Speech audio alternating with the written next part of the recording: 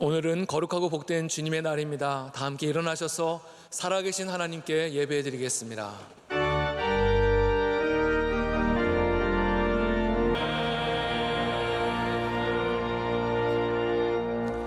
여호와의 율법은 완전하여 영혼을 소성시키시며 여호와의 증거는 확실하여 우둔한 자를 지혜롭게 하시도다.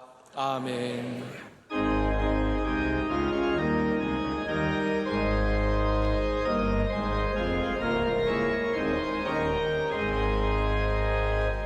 만복에는 원하니 온 백성 찬송 드리고 저전사여 찬송하세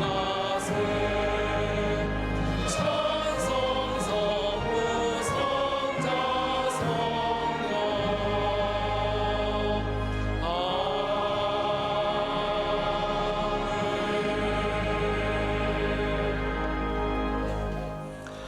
온 땅이여 여호와께 즐거운 찬송을 부를지어다.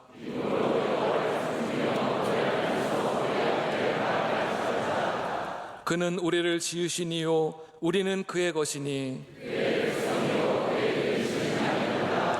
감사함으로 그의 문에 들어가며 찬송함으로 그의 궁정에 들어가서 여호와는 선하시니 그의 인자하심이 영원하고 그의 성실하심이 대대에 이르리로다. 아멘. 이 시간 하나님 앞에 감사와 참회의 기도를 조용히 올려드리시겠습니다.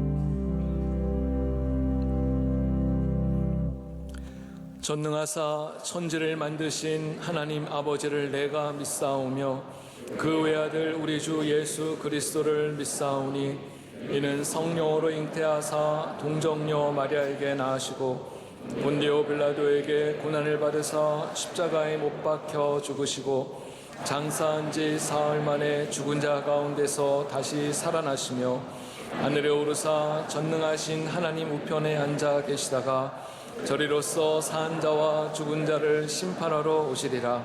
성령을 믿사오며 거룩한 공회와 성도가 서로 교통하는 것과 죄를 사하여 주시는 것과 몸이 다시 사는 것과 영원히 사는 것을 믿사옵나이다. 아멘.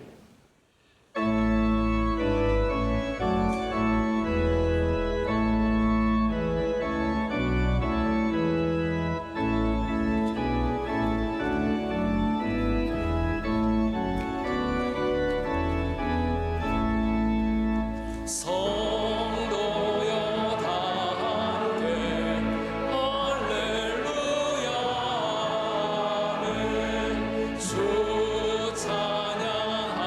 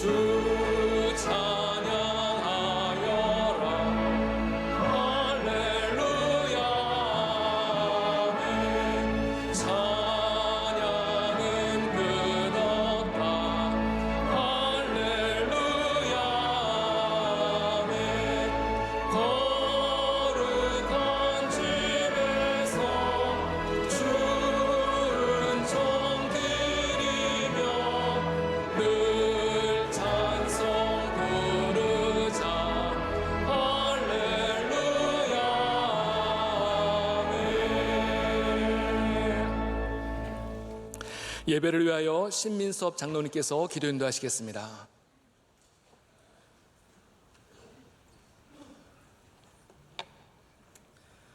사랑과 은혜가 풍성하신 하나님 아버지, 우리를 택하여 구원하여 주시고 거룩한 주일 은혜의 보좌로 불러주셔서 감사합니다. 우리는 주님의 은혜를 저버리고 불의한 생각, 믿음 없는 말, 육신의 정욕을 쫓아 살았음을 회개하오니 우리의 모든 죄를 십자가의 보혈로 용서하여 주시옵소서. 우리나라를 사랑하셔서 선교사님들의 기도와 헌신으로 복음을 주신 주님, 대통령과 유정자들이 주님을 경외하는 마음으로 국민을 잘 섬길 수 있도록 지혜와 관용과 사랑으로 나라를 하나로 잘 이끌어가게 하옵소서. 계속되는 집중호우와 질병으로 인해 고통받는 이웃들을 위로하여 주셔서 회복되게 하시며 일어설 수 있는 은혜를 주시옵소서. 전쟁으로 고통받는 우크라이나 땅에도 하루속히 전쟁이 그치고 평화가 찾아올 수 있도록 역사하여 주시옵소서. 우리 명성교회 지난 43년 동안 한량없는 은혜 주셔서 많은 사명 감당케 하심에 감사드립니다. 명성교회가 새벽을 깨우는 교회, 사랑과 삶으로 선교의 사명을 이어가는 교회로 쓰임받게 하옵소서. 기름 부어 세우신 담임 목사님 선교 일정을 은혜와 평강으로 잘 감당하시고 귀국하게 하심에 감사드립니다. 쉼없이 말씀 사역 감당하실 때 말씀의 샘이 풍성케 하시며 능력과 권세 주셔서 성령 충만하심으로 새 시대를 이끄시는 영적 지도자로 세워 주시옵소서. 7년을 하루같이 오직 주님 사랑, 교회 사랑, 영혼 사랑으로 달려오신 원로 목사님 강건하심과 세임 주셔서 군선교와 비전 선교 사역을 통해 어려운 교회와 이웃과 젊은이들이 회복되게 하시며 많은 열매 맺게 하옵소서. 내일부터 진행될 하계 산상송회, 수련회와 성경학교 등 모든 여름 행사들 가운데 함께 하사 오가는 길을 안전으로 지켜주시고 온 성도들이 하나님의 임재하심을 체험하는 은혜의 절기가 되게 축복하여 주시옵소서. 제108회 총회도 기도로 잘 준비하여 은혜가 넘치는 성총회로 인도하여 주시옵소서. 국내의 모든 선교기관들이 주님께 귀한 섬김의 도구로 쓰임받게 하옵시고 어려운 환경 속에서 복음 선포하시는 선교사님들의 건강과 가정과 사역도 지켜주셔서 선교 현장마다 복음의 능력이 나타나게 하옵소서. 이 시간 담임 목사님 말씀을 통하여 우리 영혼이 소성하고 온전히 회복되어 성령 충만케 하셔서 세상을 이기고 사명을 잘 감당하는 삶이 되기를 소망하며 예배 가운데 역사하시는 예수 그리스도의 이름으로 기도하옵나이다. 아멘.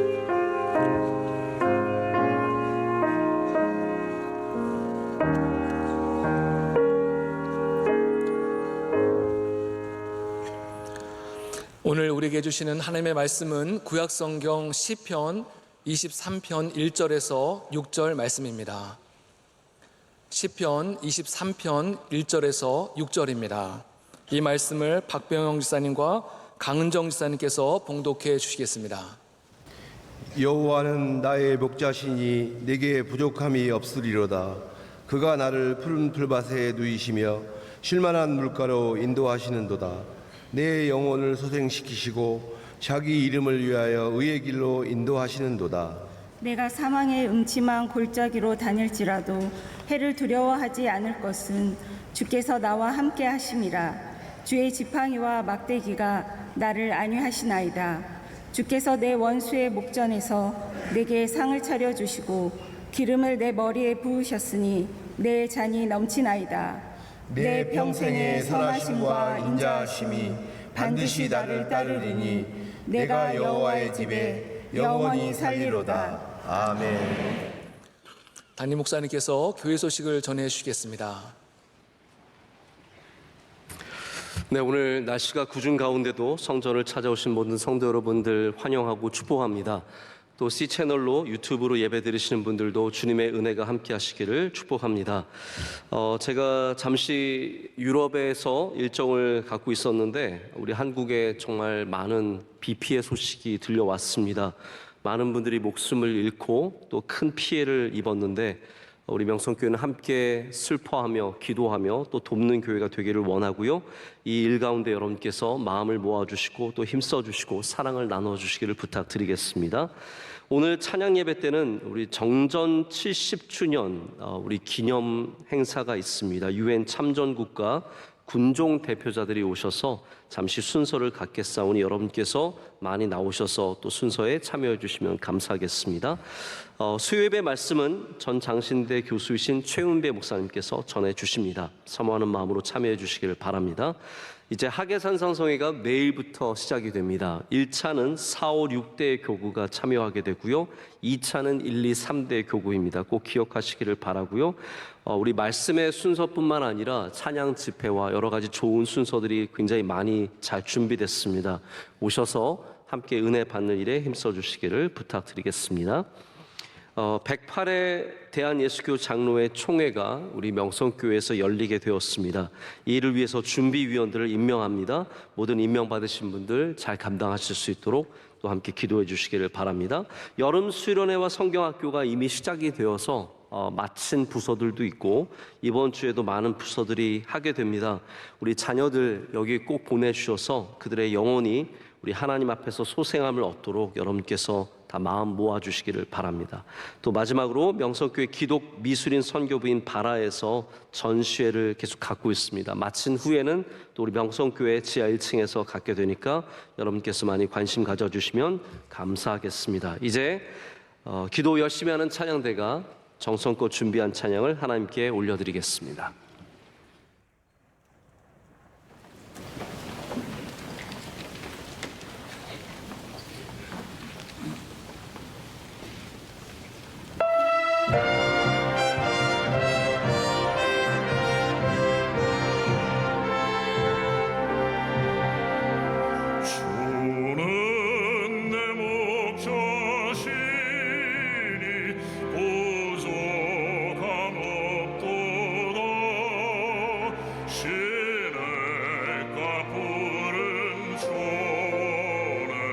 날 인도하시고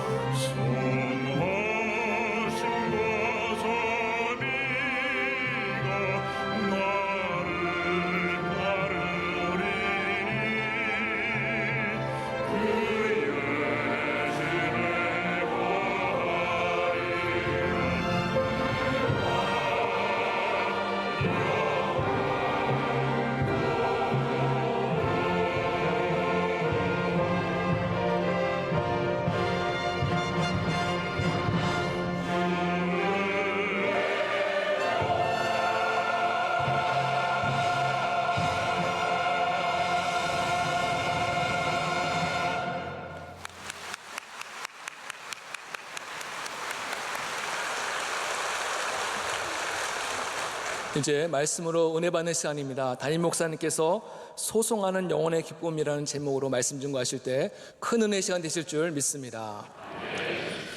네, 찬양이 하나님께 큰 영광이 되고 또 우리에게 큰 은혜가 된 줄로 믿습니다.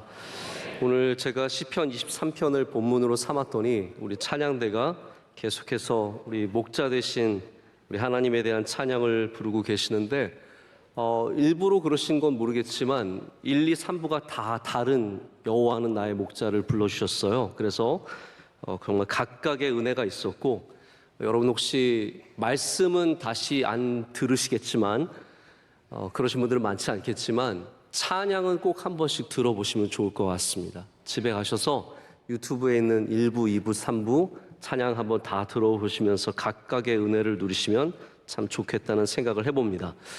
저는 이번에 유럽의 헝가리 개혁교회 총회를 참석하기 위해서 다녀왔습니다.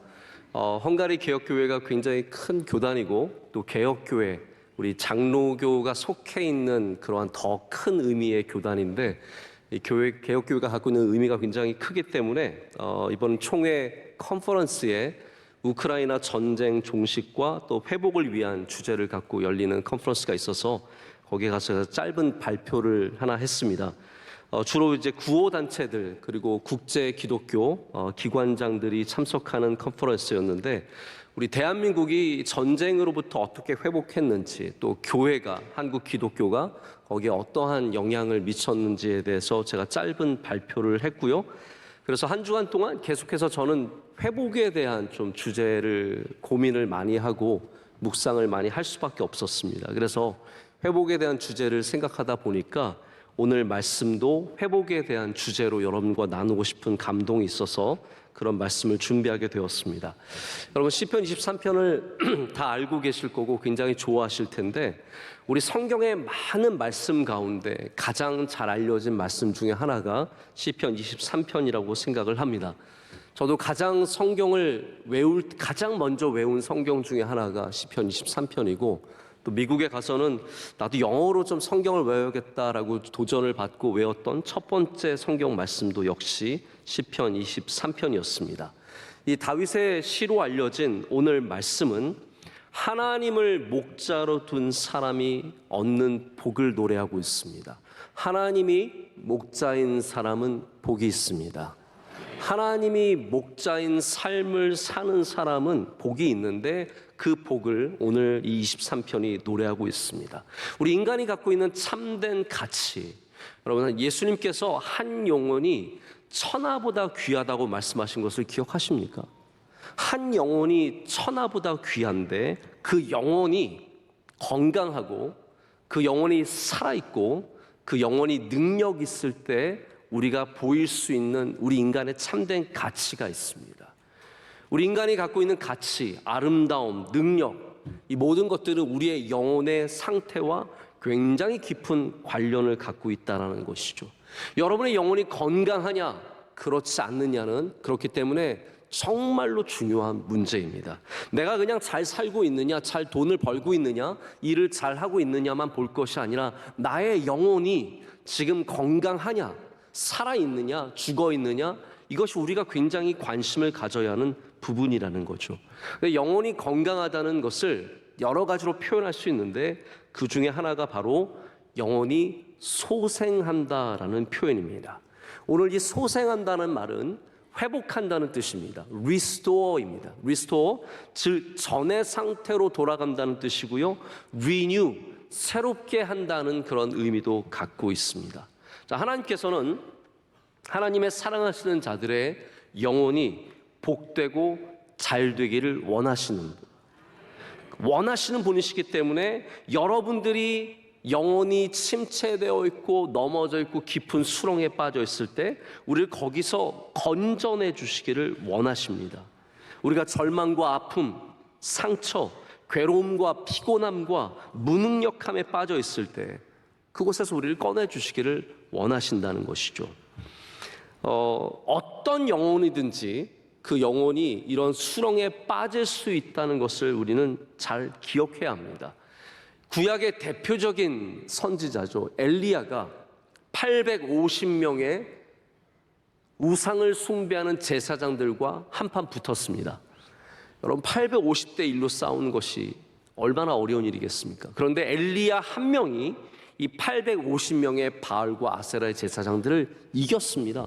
얼마나 대단한 승리입니까? 그러나 그 다음 날 이세벨이 엘리야를 죽이겠다고 하자 엘리야가 도망치기 시작합니다. 850명의 제사장을 이겼던 이 엘리야가 도망을 쳐서 남쪽까지 내려가서 부엘세바 더 들어가 광야로 들어가서 하루길을 걸은 다음에 하나님께 나 죽여달라고 애원을 합니다. 하나님 저 죽고 싶습니다. 요즘 말로 말하자면요, 자살 충동을 엘리야가 느꼈던 것이죠. 다 포기하고 싶었습니다. 그런데 그 위대한 영웅이 죽고자 했을 때 하나님께서 그 깊은 우울감 속에, 여러분 선지자도 우울증이 걸릴 수 있는 것이고 선지자도 이러한 영적인 침체의 날들을 만날 수 있는 것인데 그 영혼이 죽도록 내버려 두지 아니하시고 하나님께서는 엘리야에게 먹을 것을 보내주시고 쉴 곳을 마련해 주셔서 그의 영혼이 소생하는 은혜를 주십니다. 그 소생하는 영혼을 다시 부여잡고 엘리야가 북이스라엘로 돌아가서 다시 그가 말씀을 선포하고 아합과 이세발과 싸웠던 것을 우리가 잘 기억하고 있습니다. 천하에 없는 엘리야도 그의 영혼이 그렇게 깊은 사망의 음침한 골짜기까지 내려갔다면 우리 중에 어떤 누구도 영혼의 침체를 겪는 것은 어쩌면 당연한 거라고 생각해 볼 수 있습니다. 미국의 크로스포인트라고 하는 대형 교회가 있습니다. 남쪽에 있는 아주 유명한 교회인데 이 교회를 섬겼던 목사님이 피트 윌리엄스라는 분입니다. 이분이 어느 날 갑자기 사임을 발표했습니다. 내가 모든 직분을 내려놓고 모든 하던 일들을 내려놓고 교회를 그만둬야겠다는 것이죠. 그 발표문을 통해서 이렇게 말했습니다. 저는 너무 지쳤고 너무 많이 상처를 입었고 이제는 좀 쉬어야 할 때가 왔습니다. 그러면서 그가 평소에 지도자가 리더들이 텅 빈 상태로 사람들을 인도하다 보면 문제가 생긴다고 했는데 그 스스로가 자기가 텅 빈 상태였던 것을 깨닫고 그래서 그렇게 고백을 하고 교회를 떠났습니다. 여러분 그렇습니다. 우리 모든 사람들 심지어는 목회자들 가운데 그래서 제가 보면 목회자들 가운데도 사모님들 가운데도 선교사님들 가운데도 이러한 심각한 영혼의 침체를 겪으신 분들이 많이 있습니다. 남들에게 말하지 못하지만 우울감과 마음의 병을 짊어지고 사시는 분들이 굉장히 많이 있다는 것이죠. 혹시 오늘 여러분 가운데도 텅 빈 것 같은 영혼, 오늘 아무 힘이 없어서 다 내려놓고 싶고 포기하고 싶고 접어버리고 싶은 마음이 드는 분들 있으시다면 이 말씀을 통해서 여러분의 영혼이 살아나는 은혜가 있으시길 축복합니다. 모든 영혼들이 소생하는 힘을 얻고 그리고 주님의 은혜로 말미암아 사망의 음침한 골짜기를 넉넉히 감당할 수 있는 그런 힘과 능력 얻으시는 오늘 되시기를 축복합니다. 우리는 먼저 좀 다윗의 영혼의 상태를 생각해 보기를 원합니다. 오늘 시편의 저자인 다윗의 영혼의 상태는 어땠을까요? 우리 대부분의 사람들은 다윗을 막연히 대단한 믿음의 사람이라고만 추측을 하고 그렇게 알고 있습니다. 근데 시편 오늘 읽은 23편의 주변만 봐도 다윗의 영혼이 얼마나 때로는 침체되어 있었고 힘들었고 우울했고 절망 가운데 있었는지 우리는 금방 발견할 수 있습니다. 다윗이 뭐라고 했습니까? 하나님 왜 나를 버리십니까? 라고 외쳤고요. 다윗이 또한 하나님 왜 주님의 얼굴을 저에게서 숨기십니까? 하나님을 찾기가 너무 어렵다 보니까 하나님이 얼굴을 숨기셨다라고 외쳤습니다. 왜 나를 이렇게 치려고 하는 사람이 많은지, 나의 원수가 왜 이렇게 많은지. 혹시 여러분 괴롭히는 사람들 있으십니까? 다윗의 시편을 한번 보세요. 하나님 저를 치려고 하는 자가 저기 수많은 사람들이 일어나서 저를 죽이려고 합니다라고 수없이 말했던 것을 볼 수 있습니다. 다윗이 갖고 있는 불안함, 슬픔, 답답함 우리는 시편에서 자주 만나게 됩니다. 근데 하나님께서는 그런 다윗을 버리지 않으셨습니다. 야 너는 믿음이 없구나. 야, 그 정도 믿음 가지고 어떻게 살래? 그러지 않으시고요. 그 침체의 길을 걸어가는 다윗을 다시 하나님께서 푸른 풀밭과 쉴만한 물가로 인도하셔서 그의 영혼이 살아나게 하셨습니다. 소생하도록 도와주셨습니다. 그래서 다윗이 사망의 음침한 골짜기를 걸을 수 있었던 것은 그가 항상 믿음이 좋아서가 아니라 그가 침체되었을 때, 그가 다 포기하고 싶었을 때, 그때마다 하나님께서 그의 영혼을 살려주셨기 때문입니다. 다시 살려주셨기 때문에 그가 그 골짜기를 건널 수 있었고 믿음을 지킬 수 있었고 마침내는 승리할 수 있었다는 것이죠. 오늘 소생한 영혼들이 누리는 은혜, 그 기쁨을 오늘 말씀 속에서 우리는 발견할 수 있는데요. 3절에 보면 하나님께서 자기 이름을 위하여 의의 길로 인도하신다라고 했습니다. 소생한 영혼은 어떠한 은혜를 누립니까? 하나님께서 여러분을 의의 길로 인도하신다라는 거죠. 사망의 음침한 골짜기를 우리가 걸을지라도 하나님께서 우리를 안위하시고 보호하시고 인도하시는 은혜를 누리게 됩니다. 또한 소생한 영혼은 기쁨의 잔치죠. 내 원수의 목전에서 나에게 잔치를 베풀어 주시는 기쁨을 누리게 되고, 그래서 소생한 영혼엔 기쁨이 있습니다. 여러분의 영혼에 오늘 기쁨이 있으시길 축복합니다. 표정에는 별로 기쁨이 없지만 영혼에는 기쁨이 있으시기를 바라고, 그 영혼의 기쁨으로 말미암아 우리는 하나님의 선하심과 인자하심을 누리는 사람들이 되어야 합니다. 그럼 이것이 얼마나 다 귀한 것입니까? 여러분의 영혼이 얼마나 귀하다는 것을 안다면 그 영혼이 소생하는 것을 우리는 사모해야 합니다. 내 영혼이 살아나야겠구나라는 것을 알아야 된다는 것이죠. 근데 이 모든 소생은 성경은 분명한 관점을 갖고 있습니다. 하나님으로부터 시작되는 것입니다. 모든 소생함은, 모든 살아남은, 모든 회복은 하나님께 나아가는 것으로 시작됩니다. 우리가 소생의 능력으로 살아가기 위해서는 반드시 하나님께로 돌아가야 합니다. 그것이 바로 푸른 풀밭과 쉴만한 물가가 의미하는 바입니다. 탕자가 멀리 떠나서 잘못된 삶을 살았습니다. 저는 탕자의 그림을 볼 때마다 굉장히 가슴이 뜨거워지고 마음이 굉장히 하나님 앞에서 가난해지는 것을 경험을 합니다. 제가 이번에도 부다페스트에 가기 위해서 오스트리아 비엔나에 내려서 거기서 이제 기차를 타고 갔습니다. 그래서 비엔나에 먼저 내렸는데 거기서 박물관도 가보고 전시회 같은 곳을 가보니까 정말 다양한 그림들이 있었는데 마침 거기서 네덜란드 작가의 탕자의 그림을 만나게 되었습니다. 보통 우리 렘브란트의 탕자의 그림은 많이 알려져 있는데 제가 처음 보는 탕자의 그림이었어요. 근데 저는 그 그림 앞에서 발걸음을 떼기가 쉽지가 않더라고요. 한참 그 그림을 보면서 우리를 다시 맞아주시는 아버지의 그 사랑, 그 은혜를 다시 한번 생각해 볼 수 있었습니다. 여러분, 탕자가 하나님을 멀리 떠났습니다. 아버지를 멀리 떠나서 모든 것들을 다 잃어버렸습니다. 근데 탕자가 잃어버리지 않은 것이 하나 있었어요. 그게 뭐냐면 아버지에 대한 올바른 기억입니다. 아버지에 대한 올바른 기억. 그 아버지에 대한 올바른 기억이 뭐냐면 내 아버지의 집에는 뭐가 많다 그랬어요? 먹을 것이 많다는 것이었어요. 이게 탕자가 잃어버리지 않은 기억이에요. 다 잃어버리고 다 탕진하고 아무것도 남지 않았는데 그의 머리를 때리는 기억이 있었어요. 우리 아버지의 집에는 먹을 것이 많지. 내가 거기에 돌아가면 살겠지. 이거거든요. 여러분, 우리의 영혼이 길을 잃었을 때, 많은 것을 잃어버렸을 때 우리가 절대로 잊지 말아야 할 기억이 하나 있습니다. 그것은 뭐냐면 하나님의 뜰에는 푸른 풀밭과 쉴만한 물가가 있다는 것이죠. 그것을 잃어버리지 않고 아버지께로 돌아간다면 우리는 거기서 다시 살아남의, 회복의, 소생함의 기쁨을 누리게 됩니다. 우리 하나님의 뜰에는 풀이 많습니다. 우리 하나님의 뜰에는 물이 풍성합니다. 그곳으로 돌아가는 것이 바로 소생함의 은혜이며 소생함의 기쁨인 줄로 믿습니다. 이 소생함이라는 단어를 찾아보면 히브리어로 슈브라는 단어를 만나게 됩니다. 슈브는 돌아간다는 뜻이고요. 또 이 단어가 회개라는 뜻으로 쓰이기도 합니다.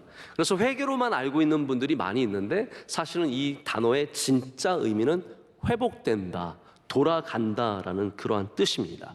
근데 이것을 우리의 번역으로 찾아보면 우리를 돌이키소서라는 번역으로 되어 있을 때가 많습니다. 여러분 성경을 보다가 주님 주의 백성을 돌이키소서, 우리를 돌이키소서, 우리 가정을 돌이키소서, 이 돌이키소서라는 모든 단어들이 대부분이 슈브, 바로 회복하소서, 소생하게 하소서, 우리를 다시 새롭게 하소서라는 그런 뜻인 것을 알 수 있습니다. 성경엔 그래서 우리를 회복하게 해달라는 단어가 굉장히 많이 등장할 뿐만 아니라 회복의 은혜를 누리는 사람들도 많이 등장하게 됩니다. 그 대표적인 예가 나오미와 룻입니다. 나오미와 룻이 언제 회복이 되었을까요? 보아스를 만났을 때. 맞죠? 보아스를 만나서 이 돈 많고 사랑 많고 정이 많은, 은혜가 많은 보아스를 만난 것 분명히 회복입니다. 자, 그런데 슈브라는 단어를, 룻기에서 슈브라는 단어가 가장 먼저 나올 때는 언제냐면요, 베들레헴으로 돌아갈 때입니다. 나오미와 룻이 모든 것을 잃어버렸습니다. 남편을 잃어버리고 아들들을 잃어버리고 모든 것이 없어서, 먹을 것 하나 없어서 그들이 드디어 베들레헴으로 돌아가기로 작정했을 때, 하나님의 뜰, 하나님의 집으로 돌아가기로 작정했을 때, 그때가 바로 회복의 시작이었다는 것입니다. 그래서 하나님께서 그들이 베들레헴으로 돌아왔을 때 거기서 그들에게 푸른 풀밭과 쉴만한 물가를 만들어 주십니다. 그들을 의의 길로 인도해 주셨고 그들에게 상을 베풀어 주셨고 잔을 넘치게 부어 주셨습니다. 할렐루야. 그것이 바로 회복의 이야기입니다. 돌아가는 이야기입니다. 탕자가 그의 아버지에게로 돌아가는 것처럼, 나오미와 룻이 베들레헴으로 돌아가는 것처럼, 그것이 바로 회복의 시작인 것처럼 우리가 하나님 아버지께로 돌아가야 합니다. 근데 여러분, 얼마만큼 멀리 가야 돌아가는 게 맞을까요? 자, 이 부분에 대해서 좀 많이 생각을 해보게 되었습니다. 탕자 이야기를 좀 이어가자면, 탕자의 비유가 우리에게 주는 은혜의 메시지도 분명합니다. 아무리 완전히 망가져도 돌아오면 된다는 거죠. 자, 그런데 이게 갖고 있는 또 하나 약간의 문제라면 문제고, 우리가 갖고 있는 오해는 뭐냐 하면, 많은 사람들이 탕자만큼 망가지지 않으면 웬만하면 안 돌아오려고 그래요. 이해가 되십니까? 나는 탕자만큼 망가지지 않았으니까 안 돌아가도 된다는 거죠. 나는 그만큼 완전히 탕진하고 완전히 남은 것이 하나도 없을 때까지는 웬만하면 버티려고 그러는 거예요. 여러분, 이거 굉장히 큰 오해라고 생각을 합니다.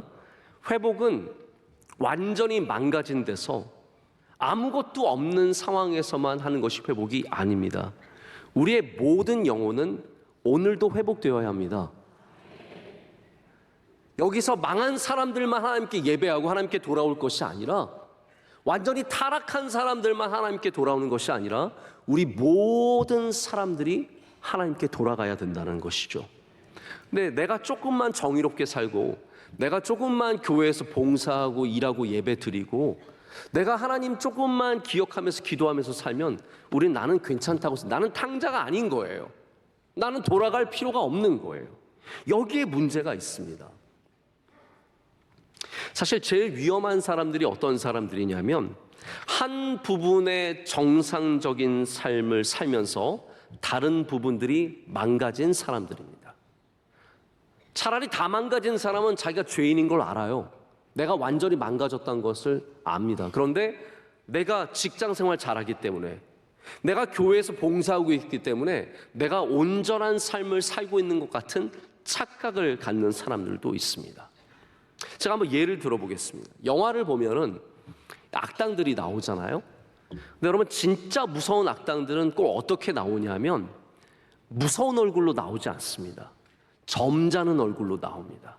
진짜 악당들은 막 팔에 문신 막 전체 다 하고, 그 다음에 막 사람들 만나면 난폭하게 굴고, 그런 사람들은 대부분 쫄자들이고요, 건달들입니다. 혹시 길에서 여러분 지나가다가 막 등치 좋은 사람들이 막 팔에 문신하고 일수 가방 이렇게 들고 다니는 애들 있잖아요. 그런 애들은 별로 무서워할 거 없습니다. 걔네들은 건달이에요. 진짜 무서운 사람들은 어떤 사람들이냐면 한 부분이 완전한 사람들입니다. 가정생활 잘해요. 집에 가서는 좋은 아빠가 되어주고, 아이들이 전시회 하면 가서 전시회 보면서 멋지게 양복 입고 아내와 함께 데이트하고 밥 잘 먹고 그렇습니다. 그런데 이런 사람들이 바로 폭력 조직으로 가게 되면 잔인하게 배신한 사람을 죽이고 사람들을 죽이라고 명령하고 아주 잔혹한 사람들로 변해가죠. 이런 사람들의 특징이 자신이 망가져 있는데 그것을 전혀 깨닫지 못하는 것입니다. 왜냐하면 내 가정은 멀쩡하기 때문이죠. 내 직장 생활은 정상적이기 때문입니다. 내가 일부분을 정상으로 살아간다고 모든 것이 정상이라고 생각하는 거, 이게 하나님께 돌아가지 못하는 굉장히 큰 이유와 모습이 됩니다. 우리나라에 한때 굉장히 잘 알려졌던 판사님 한 분이 있습니다. 천종호라는 판사님인데 이분은 소년범만 8년 동안 재판을 했던 판사였습니다. 이분이 신앙인이기도 해서 아마 책도 쓰신 걸로 알고 있는데 한 번은 어떤 아이가 재판에 붙여졌습니다. 재판에 붙여졌는데 이 아이가 얼마나 학교에서 아이들을 괴롭혔는지, 여러분 학교에서 아이들 괴롭히는 아이들 진짜 문제가 심각합니다. 혹시 여러분의 자녀들이 괴롭힘을 당해서 괴로운 분들도 계시겠지만 혹시 괴롭히는 아이가 되지 않을지 항상 조심하셔야 되고 아이들을 위해서 기도를 많이 해주셔야 합니다. 근데 이 아이가 맨날 돈 뜯고 아이들 돈 안 가져오면 다 죽여버린다고 위협하고 뭐 이런 식으로 아이들을 많이 괴롭혔던 거예요. 그래서 재판에 붙여졌는데 뒤에서 부모님들이 이 아이가 안타까운지 막 판사님한테 애원을 합니다. 판사님 제발 용서해 주세요. 우리 아이 그런 아이가 아닙니다. 우리 아이가 전교 1등입니다. 우리 아이가 똑똑합니다. 우리 아이 착한 아이입니다 하면서 막 애원을 하는데 이 천종호 판사님이 별명이 있어요. 호통 판사예요. 호통 판사라서 호통을 칩니다. 나 용서 못한다고. 이런 아이를 어떻게 용서하냐고. 부모님 아이들 학교에서 어떻게 생활하는지 보신 적 있냐고. 그러면서 죄목을 다 얘기하면서 결국은 아주 경각심을 일으키기 위해서 아주 어려운 벌을 줍니다. 여러분 여기에 우리의 함정이 있습니다. 어떤 함정이냐면요, 우리는 똑똑하면 괜찮은 아이인 줄 압니다. 공부를 잘하면 훌륭한 사람인 줄 압니다. 좋은 직장 다니면 괜찮은 사람인 줄 압니다. 높은 직분까지 올라가게 되면 훌륭한 사람인 줄 알게 되죠. 그런데 그 훌륭한 사람이 보이지 않는 곳에서는 악한 일을 행하고 있고, 그 훌륭하고 똑똑한 사람이 남들 안 보이는 곳에서는 중독의 삶을 살아가고 있다는 것이 이 세상과 우리의 현실입니다. 낮에는 멀쩡하지만 저녁에는 남들이 모르는 어두운 삶을 살아가고, 남들 앞에서는 착하고 아름답지만 보이지 않는 곳에서는 악하고 더러운 모습을 갖고 있는 것. 여러분, 여러분의 영혼은 어떻습니까? 나는 교회 집사이기 때문에, 나는 목사이기 때문에, 나는 좋은 엄마이기 때문에, 나는 직장 생활 잘하기 때문에, 나는 똑똑하기 때문에 괜찮으십니까? 아닙니다. 우리의 모든 영혼은 소생함이 필요합니다. 여기 몇 명에게 소생함이 필요한 것이 아니라 이 중에 죄인, 탕자, 저 사람은 탕자, 누가 봐도 뻔한 탕자에게만 소생함이 필요한 것이 아니라 우리 모두가 이 시간 하나님을 만나야 되고 하나님의 풀밭에 누워야 하며 주님의 주시는 생수를 마셔야 합니다. 그래야 그 소생함으로 말미암아 이 땅에서 우리의 영혼이 망하지 않는 삶을 살게 됩니다. 여러분, 소생함을 얻는 사람들의 특징이 무엇인지 아십니까? 갈급함입니다. 갈급함.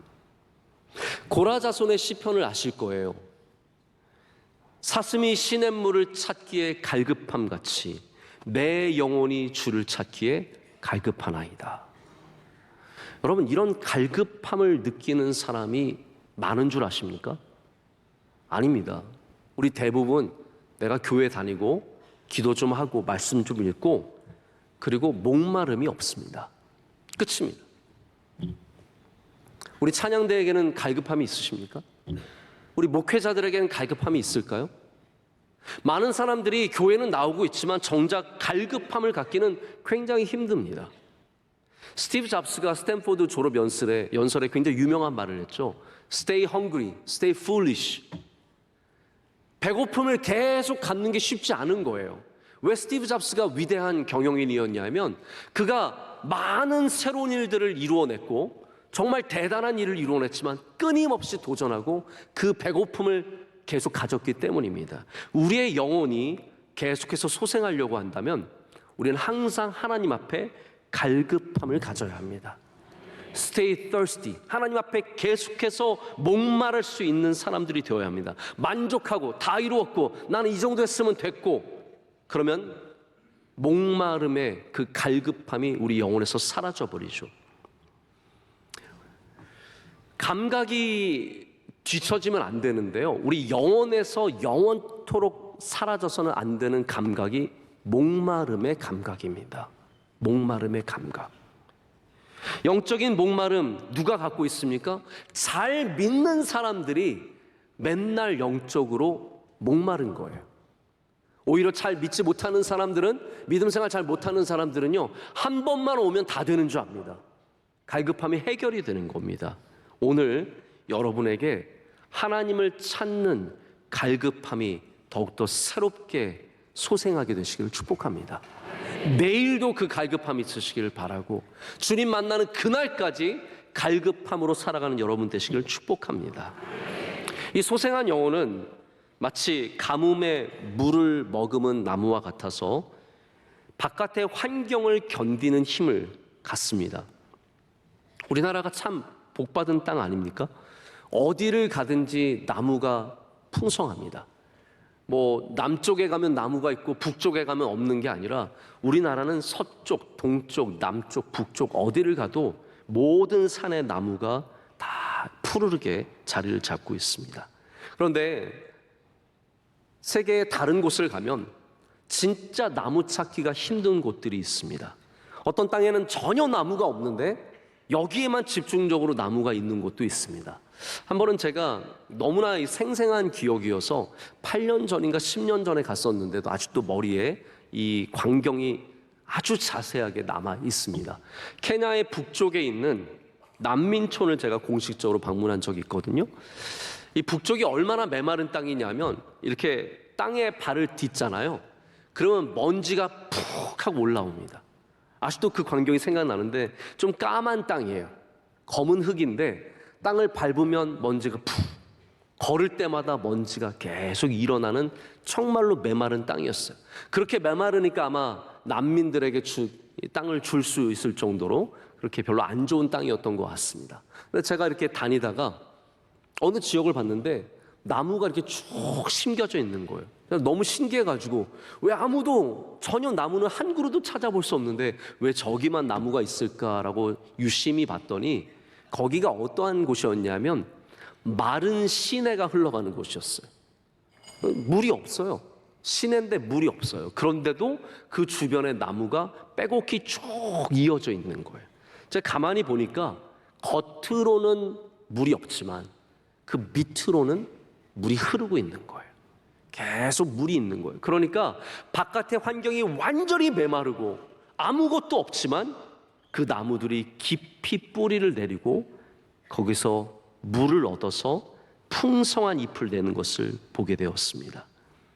여러분, 우리 겉에 보이는 환경이 전부인 것 같아도 정말로 중요한 것은 우리의 영혼이 어디에 뿌리를 내리고 있느냐가 정말로 중요합니다. 소생하는 영혼은 그래서 내 주변의 환경이 어떠하든지 내 영혼이 하나님의 풀에, 하나님이 주시는 그 물에 양식으로 말미암아 살아난다는 것이거든요. 자, 보십시오. 오늘 말씀이 바깥의 환경이 바뀝니까? 아니에요. 사망의 음침한 골짜기는 안 바뀌어요. 내 발 아래에 있는 그 골짜기는 여전히 존재합니다. 내 영혼이 소생하면은 원수들이 다 사라집니까? 아니에요. 보니까 그 원수가 그대로 있는데 하나님이 그 원수의 앞에서 상을 베풀어 주신다는 거예요. 이게 소생하는 영혼이 누리는 은혜입니다. 우리가 성경을 읽어도 자세히 안 보면 정확한 뜻을 알기가 어려운 게 있는데요. 상도 마찬가지입니다. 하나님이 내 원수의 목적으로 상을 베풀어 주신다는 것이 나에게 상장을 주고 상패를 주신다는 말씀이 아니에요. 밥상을 차려주신다는 말이에요. 하나님께서 내 원수의 목전에서 내게 상을 잔치를 베풀어 주셔서 나에게 기쁨이 있게 해주신다는 말씀이거든요. 영원히 소생하는 삶에게는 바로 이러한 은혜가 있습니다. 골짜기를 걸을 수 있는 믿음, 원수와 맞서서 살 수 있고 그 가운데 심지어는 기쁨을 누릴 수 있는 은혜, 내 잔이 넘쳐나는 복, 이것이 바로 소생하는 영혼이 누리는, 그 안으로부터 소생하는 영혼이 누리는 은혜인 줄로 믿습니다.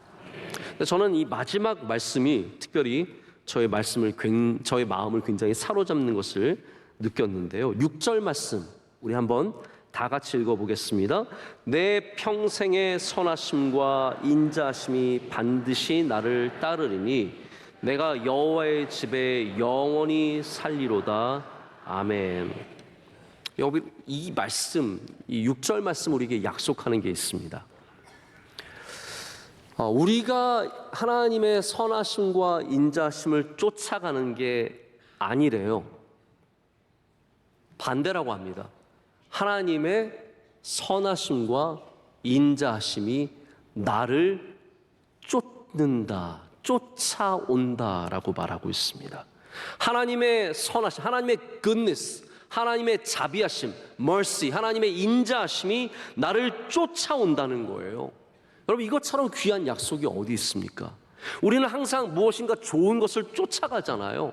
저기 가면 좋다더라, 저 학교 가면 좋다더라, 저 직장 가면 좋다더라, 저 사람과 결혼하면 좋다더라.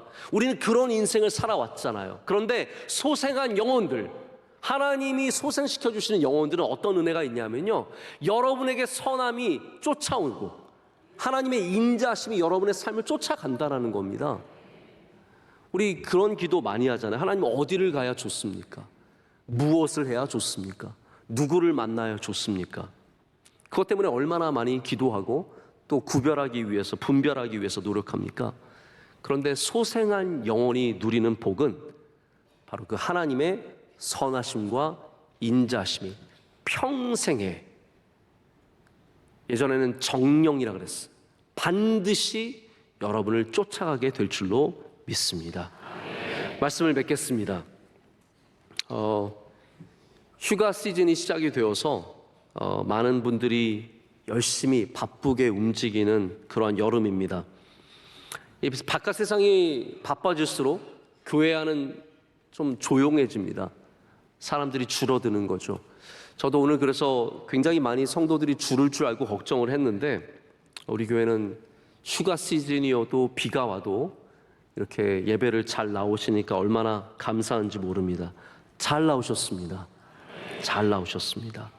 네, 여러분, 세상에 쉼이 있고 좋은 것들이 많이 있지만 여러분들이 정말로 관심을 가져야 하는 것은 내 영혼이 살아나는 것입니다. 내 영혼이 소생함을 얻는 것, 그것을 사모하시길 축복합니다. 좋은 호텔에 간다고 영혼이 살아나는 거 아닙니다. 좋은 거 먹는다고 영혼이 살아나는 것도 아닙니다. 우리 하나님 아버지를 만날 때, 예수 그리스도 품 안에 있을 때 우리의 영혼이 정말로 소생하게 되고, 그 소생한 영혼은 이 세상의 험난한 골짜기와 원수 앞에서 기쁨을 누리며 살 수 있게 된다는 것이죠. 이번에 다가오는 우리 산상송회, 제가 사실 산상송회를 위해서 이 말씀을 준비한 건 아니지만 저는 이 산상송회가 여러분의 영혼이 소생하게 되는 놀라운 은혜가 있는 잔치가 될 줄로 믿습니다. 여러분의 자녀들,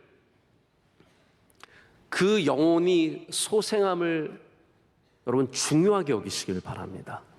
아이들이 학교 좋은 데 가는 것도 중요하고, 좋은 교육을 받는 것도 중요하고, 좋은 사람 만나는 것도 중요하지만 그 아이들의 영혼이 살아있으면 어디를 가도 무엇을 해도 복 있는 사람이 됩니다. 그렇기 때문에 우리 교회에서 하는 여러분 성경학교와 수련회 가볍게 여기지 마시고 여러분의 자녀의 영혼이 살아나기를 바라는 마음으로 보내주시고 기도해 주시기를 부탁드립니다. 우리 여름이 영혼이 다 살아나는 시즌이 되어서 여러분 영혼이 다 주님이 주시는 기쁨으로 가득하고 은혜가 충만한 삶이 될 줄로 믿습니다. 함께 기도하겠습니다. 하나님 아버지, 감사합니다. 오늘 주님 주신 말씀, 우리 영혼에 새기게 하여 주시옵소서. 이 세상을 살아가면서 많은 좋은 것들이 있지만 우리는 항상 영혼의 소생함을 가장 귀하게 여기는 주의 백성들이 되게 하여 주시오며, 그로 말미암아 이 세상에 사망의 음침한 골짜기를 지날지라도 하나님께서 인도하시는 복된 삶이 되게 하여 주시옵고, 원수 앞에서 주님이 베풀어 주신 상을 누리며 우리의 잔이 넘쳐나며, 또한 평생에 주님께서 선하심과 인자하심으로 우리를 따라오게 하시는 복을 누리게 될 줄로 믿습니다. 우리의 영원한 목자 되신 예수 그리스도의 이름으로 기도드립니다. 아멘. 주신 말씀을 생각하시면서 찬송가 419장을 부르실 때 새가족 등록과 함께 준비하신 예물을 하나님께 봉헌하시겠습니다. 찬송가 419장입니다.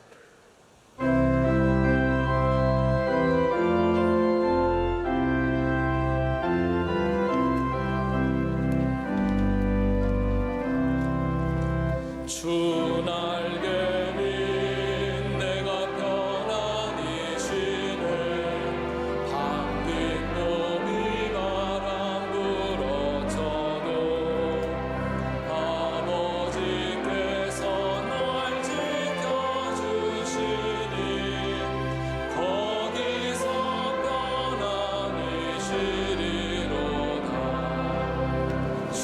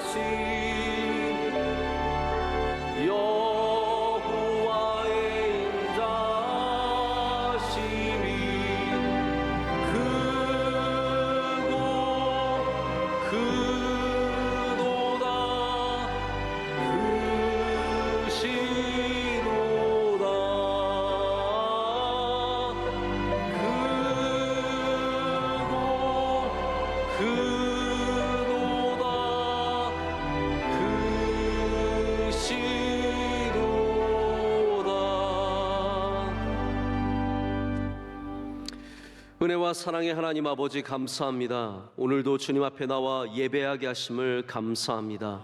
하나님, 상처가 많고 슬픔이 있고 괴로움이 있고 우울함이 있는 우리의 영혼을 오늘도 주의 말씀과 예배로 소생하게 하시니 감사합니다. 하나님, 우리 안에 항상 주님의 말씀이 거하게 하시고 예수 그리스도의 살아있는 생수가 흘러넘치게 하셔서 모든 영혼들이 살아나게 하시며 회복하게 하여 주시오며, 하나님, 어려움에서 일어서게 하여 주시옵소서.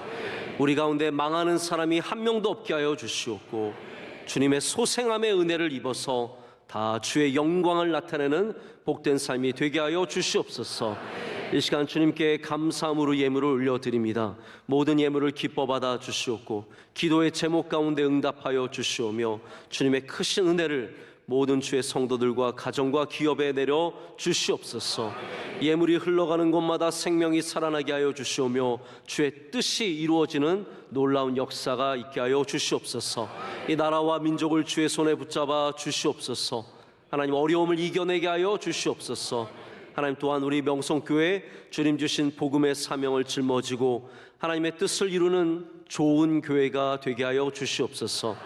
예배를 섬기는 주님의 종들을 기억하여 주시옵소서. 기도하신 장로님 기도를 기뻐 받아 주시오며 삶과 가정 가운데 한없는 복을 내려 주시옵소서. 성경 몽독한 믿음의 가정 위에 주의 기름을 부어 주시고 잔이 넘치게 하여 주시옵소서. 찬양대 찬양을 기뻐 받아 주시오며 굳은 날씨에 안과 밖에서 수고하는 주의 모든 종들, 예배위원들 일일이 기억하여 주시며, 또한 하나님, 여름 성경학교와 수련회를 섬기는 주의 사랑하신 교사 선생님들 한 분 한 분 위에 주님께서 은총을 더하여 주시옵소서. 산상송회가 잘 준비하게 하여 주시옵고, 하나님, 또 오가는 성도들 안전을 지켜주시옵고, 휴가와 여러 이유로 하나님 많은 운행이 있습니다. 하나님께서 눈동자처럼 지켜 보호하시는 안전한 여름이 되게 하여 주시옵소서. 시험에 드는 사람이 한 명도 없게 하여 주시오며, 우리 모든 성도들 여름을 잘 날 수 있도록 성령 충만케 하여 주시옵소서. 하나님, 우리 명성교회 주님 주신 많은 일들을 감당하게 하시되, 하나님, 또한 총회가 다가오고 있고 많은 일들을 준비하고 있습니다. 늘 깨어 기도하게 하여 주시옵고, 하나님, 잘 경외하는 좋은 교회가 되게 하여 주시옵소서. 선교사님들을 지켜주시오며 동역하는 주의 종들에게 은혜를 더하여 주시오며, 특별히 사랑하는 원로 목사님 날마다 세임과 능력을 더하여 주시옵소서. 이 모든 것을 주님께 감사함으로 아뢰며 예수 그리스도의 이름으로 간절히 기도드립니다. 아멘. 오늘 3부 예배에 등록하신 분들이 계십니다. 우리 크게 박수로 환영하겠습니다. 잘 오셨습니다. 감사합니다. 환영합니다. 고맙습니다. 제가 2부 예배, 3부 예배 들어보면요, 3부 예배가 약간 더 덥습니다. 아마 바깥의 온도도 좀 더 올라가는 것 같고요. 또 아무래도 성도들이 조금 더 많다 보니까 좀 더 더운 것 같은데, 여러분이 위로를 받을 것은 우리 찬양대와 예배위원들 다 가운 입고 계시잖아요. 그래서 가운 안 입는 것만으로도 위로를 많이 받으시기를 바라고요. 우리 가운 입고 오늘도 아름다운 찬양 잘 감당해 주신 우리 찬양대 감사합니다. 박수로 축복하겠습니다. 감사합니다.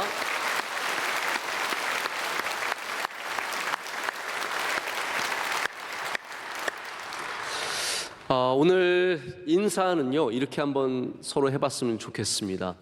우리 서로 집사님이라고 부르셔도 좋고요, 나이가 좀 있어 보이시는 분은 그냥 권사님, 장로님 그러셔도 됩니다. 네, 우리 서로 인사하실 때 집사님, 집사님의 영혼이 참 소중합니다. 서로 그렇게 인사하시겠습니다. 인사하시겠습니다. 집사님의 영혼이 소중합니다. 집사님의 영혼이 소중합니다. 네, 집사님의 영혼이 소중합니다. 네, 축복합니다. 감사합니다.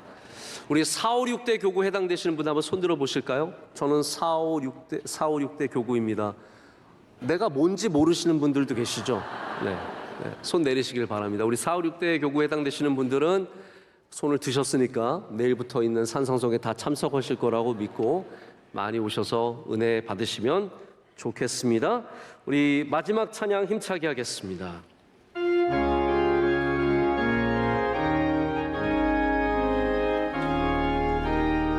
주님 우리를 통해 계획하시니 부족한 입술로 찬양하게 하시니, 주님 우리를 통해 계획하시니 너를 통해